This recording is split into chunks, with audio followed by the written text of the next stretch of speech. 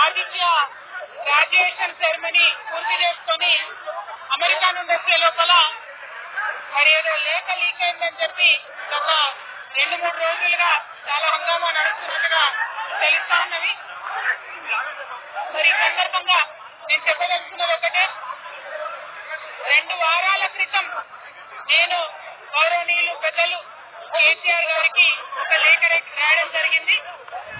నేను ఈ విధంగా కేసీఆర్ గారికి ఇదివరకు కూడా నా ఒపీనియన్స్ ఎప్పుడున్నా కూడా లేఖ ద్వారా చెప్పడం జరిగింది. అయితే ఈసారి నేను మొన్ననే చెప్పున్నాను, కుట్రలు జరుగుతూ ఉన్నాయని.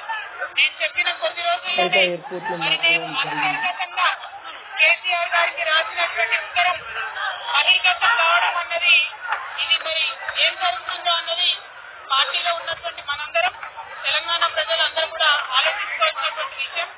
నేను వేరే ఏం విషయాలు చెప్పలేదు.